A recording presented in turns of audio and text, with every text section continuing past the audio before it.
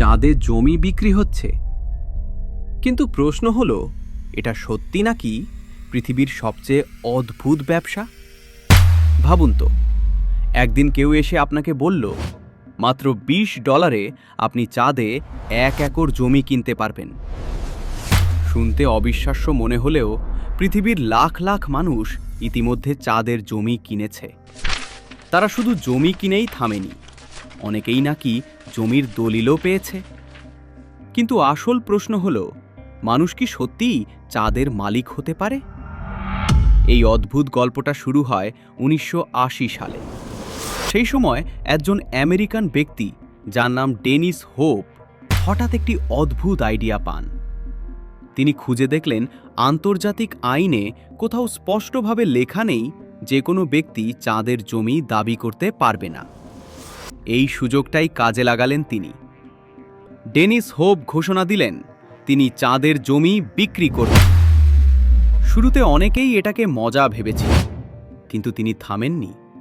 তিনি lunar embassy নামে একটি কোম্পানি তৈরি করলেন। তারপর পৃথিবীর মানুষকে চাঁদের জমি বিক্রি করা শুরু করলেন। অবিশ্বাস্য হলেও সত্যি, হাজার হাজার মানুষ সত্যিই সেই জমি কিনতে শুরু করল। আজ পর্যন্ত নাকি 6 মিলিয়নেরও বেশি মানুষ চাঁদের জমি কিনেছে। 1 একর জমির দাম অনেক সময় মাত্র $20 থেকে $50। জমি কেনার পর মানুষ একটি সার্টিফিকেট পায়, যেখানে লেখা থাকে যে সেই ব্যক্তি চাঁদের একটি নির্দিষ্ট অংশের মালিক। কিন্তু এখানে একটা বড় সমস্যা আছে। 1967 সালে একটি গুরুত্বপূর্ণ আন্তর্জাতিক চুক্তি করা হয়েছিল। এর নাম আউটার স্পেস ট্রিটি। এই চুক্তি অনুযায়ী কোনো দেশ মহাকাশ বা চাঁদের মালিক হতে পারে না, অর্থাৎ কোনো সরকার চাঁদের জমি দাবি করতে পারবে না। কিন্তু এই আইনে ব্যক্তিগত মালিকানার ব্যাপারটা স্পষ্টভাবে বলা হয়নি। এই কারণেই ডেনিস হোপ দাবি করেন, তিনি আইন ভাঙছেন না। তবে অনেক বিশেষজ্ঞ বলেন, এই জমি বিক্রি আসলে শুধু প্রতীকী।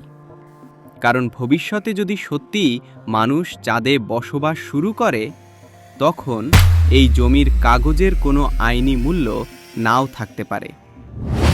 তবুও মানুষ কেন এই জমি কিনছে? কারো কাছে এটা মজার একটা স্মৃতি, কারো কাছে এটা ভবিষ্যতের বিনিয়োগ, আবার কেউ কেউ শুধু কৌতূহল থেকেই এই জমি কিনে ফেলেছে। কিন্তু একটা বিষয় পরিষ্কার, মানুষ চাঁদ নিয়ে স্বপ্ন দেখা কখনো বন্ধ করে।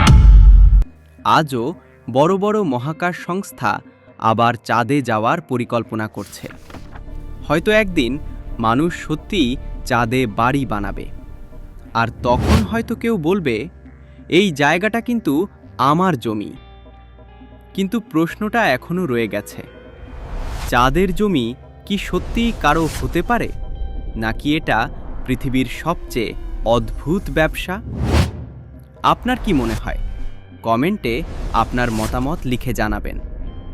ভিডিওটি ভালো লাগলে লাইক দিন, বন্ধুদের সাথে শেয়ার করুন, আর এমন ইন্টারেস্টিং ভিডিও পেতে চ্যানেলটি সাবস্ক্রাইব করতে ভুলবেন না।